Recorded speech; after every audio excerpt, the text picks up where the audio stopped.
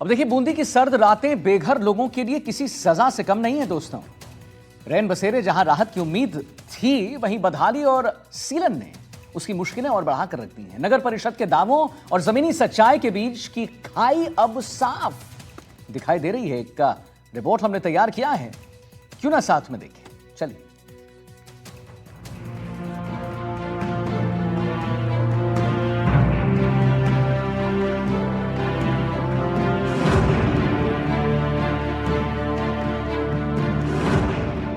बूंदी की सर्द रातें अब और भी सख्त हो गई है।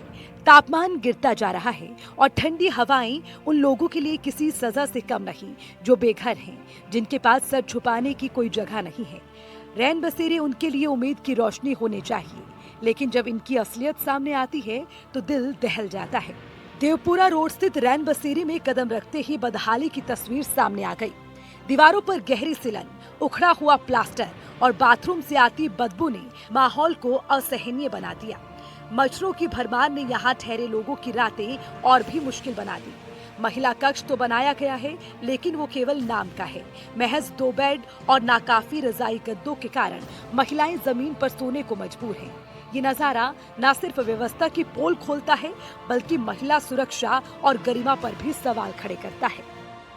आपको यहाँ पर ऑपरेटर नज़र आ रहे होंगे। वहीं इनका जो रसोई का जो एक सिस्टम है, बोर्ड, वो भी यहाँ पर लगा हुआ है। यहाँ पर इन्होंने चपाती, दाल, चावल की जो है यहाँ पर क्वांटिटी लिखी हुई है। और ये यहाँ पर आपको नज़र आ रहा होगा, ये रसोई घर है। आप देख पा रहे होंगे यहाँ पर जो है खाना बनता है। वहीं दूसरी ओर जो हम बात करेंगे, जहाँ पर रजाई गद्दे की आवश्यकता होती है, बेड होते हैं, ये आप देख रहे होंगे पुरुष कक्ष यहाँ पर मौजूद है। और आप इस कक्ष के अंदर देख रहे होंगे कम से कम यहाँ पर 10 से 12 जने जो है वो आराम फरमा रहे हैं।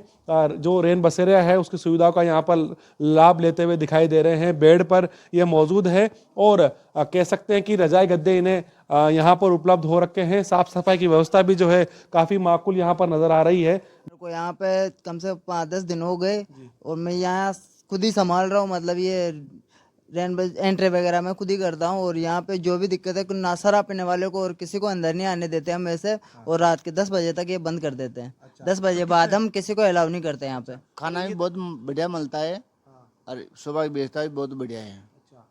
और तो क्या आप आए यहाँ, क्या किया इन्होंने? आप एंट्री करा के आपको? हाँ, आप एंट्री करा ली और बढ़िया खाना खा लिया और खाना भी बहुत बढ़िया मिलता है। तो यहाँ की व्यवस्थाओं के लिए क्या कहना चाहिए? रजाई गद्दे बढ़िया है? बहुत बढ़िया रजाई। मजदूर लोग आए नगर पालिका के, वो करे साहब, बेचारे ये करते हैं साहब, कोई बार पानी डोलते, कोई बार क्या करते, झाड़ू भी यही निकालते। बदहाल हो रही, सीलन वगैरह आ रही दीवारों पे। तो ये तो सरकार की है कमी। तो बाथरूम की तो कोई सफाई नहीं करते, या कोई भी कर्मचारी नहीं आती है सफाई करने के लिए। यही करते सफाई, जो भी पानी डालते जी। दीवारें भी खराब हो रही, बुरी टूटने की स्थिति है इसकी। दीवार पे कोई पुताई नहीं हुई साहब, ये केवल जाड़ा कुलाटा है और कुछ भी नहीं था। तो सरकार को चाहिए ना कि पहले सर्दी आने से पहले इसकी सफाई वगैरह हो जाती है। तो वो केवल जाड़ा कुलाटा है, बाकी पुताई होता है, कुछ भी नहीं कराई। छतरपुरा रोड का रैन बसेरा पहली नजर में राहत देता है। यहाँ रजाई गद्दे मौजूद हैं, रजिस्टर में विधिवत एंट्री होती है और साफ सफाई भी किसी हद तक ठीक दिखती है। मजदूरों को लगता है कि कम से कम यहाँ उन्हें ठंडी रातों में थोड़ी गर्माहट मिलेगी। लेकिन जब दीवारों पर नजर जाती है तो सिलन की परतें ये याद दिलाती हैं कि ये राहत कितनी अस्थायी है। ये सिलन धीरे धीरे बढ़ती ठंड के साथ उन लोगों की नींद और सेहत दोनों को चुरा सकती है। आपको थोड़ा तस्वीर और दिखाएंगे। देखिए किस प्रकार से जो है स्थिति बदहाल हो चुकी है। जगह जगह से जो है सीम आपको नजर आ रही होगी और ये पूरी तरह से रैन बसेरा बदहाल हो चुका है। ये महिलाओं का कक्ष है, लेकिन आप देख पा रहे होंगे यहाँ पर कपड़े टके हुए हैं। स्टोर में इसे बना दिया गया है। केवल नाम के जो है यहाँ पर आप देख पा रहे होंगे केवल 2 बेड यहाँ पर लगे हुए हैं। इनका कहना है अगर महिलाओं की संख्या बढ़ जाती है तो उन्हें जमीन पर ही यहाँ पर जो है जगह दी जाती है। और पूरा जो ये रूम है स्टोर रूम के रूप में बन चुका है। जो दूसरा पुरुष कक्ष है वहाँ पर ये बता रहे हैं कि 15 से 20 जो है बेड लगे हुए हैं, वहाँ पर उनकी व्यवस्था की जाती है। लेकिन तमाम जो व्यवस्था है वो थोड़ी यहाँ पर कह सकते हैं कि लापरवाही की भेंट चढ़ती हुई दिखाई जा रही है। प्रशासन को चाहिए कि इसका जीर्णोद्धार करवाने के साथ साथ इसकी पुताई का कार्य शुरू करवाया जाए, ताकि जो रैन बसेरे की बदहाली की स्थिति है वो पैदा ना हो और जो यहाँ पर आने वाले मजदूरों चाहे महिलाओं उन्हें समुचित व्यवस्था मिल सके। लंका गेट का रैन बसेरा एक अलग तस्वीर दिखाता है। यहाँ टीवी की व्यवस्था जरूर है, मानो ठहरे हुए मजदूर और बेघर लोगों को थोड़ी देर के लिए दुनिया की हलचल से जोड़ने की कोशिश की गई हो, लेकिन दीवारों में फैली नमी और सीलन ने इस जगह को असहज बना दिया है।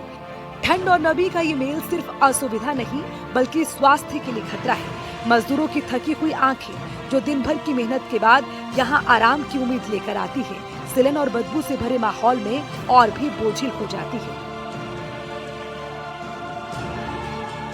शहर में कुल 4 रैन बसेरे संचालित हो रहे हैं। नगर परिषद इन्हें निजी ठेकेदारों के माध्यम से चला रही है। कागजों में निगरानी की जिम्मेदारी नगर परिषद की है, लेकिन जमीनी हकीकत में निगरानी की कमी साफ नजर आई।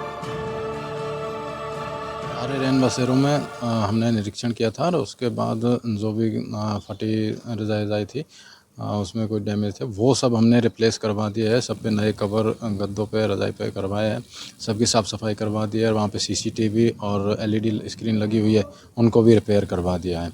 और बाकी वहीं पे इंदिरा रसोई भी है, अन्नपूर्णा रसोई, तो खाने पीने की व्यवस्था सारी वहाँ पे हो जाती है जो भी आके रखता है। रैन बसेरे उन लोगों के लिए सिर्फ 4 दीवारी और छत नहीं है, बल्कि ये उनकी गरिमा और सुरक्षा का प्रतीक है। जब दीवारों से सिलन टपकती है और नमी से सांस लेना मुश्किल हो जाता है, तो ये सिर्फ ईंट पत्थर की कमजोरी नहीं बल्कि व्यवस्था की संवेदनहीनता की कहानी भी कहती है। ठंडी रातें लंबी होती जा रही हैं और इन रैन बसेरों में ठहरे लोग सिर्फ गर्म रजाई नहीं बल्कि इंसानियत की गर्माहट तलाश रहे हैं। Bureau report, NDTV, Rajasthan.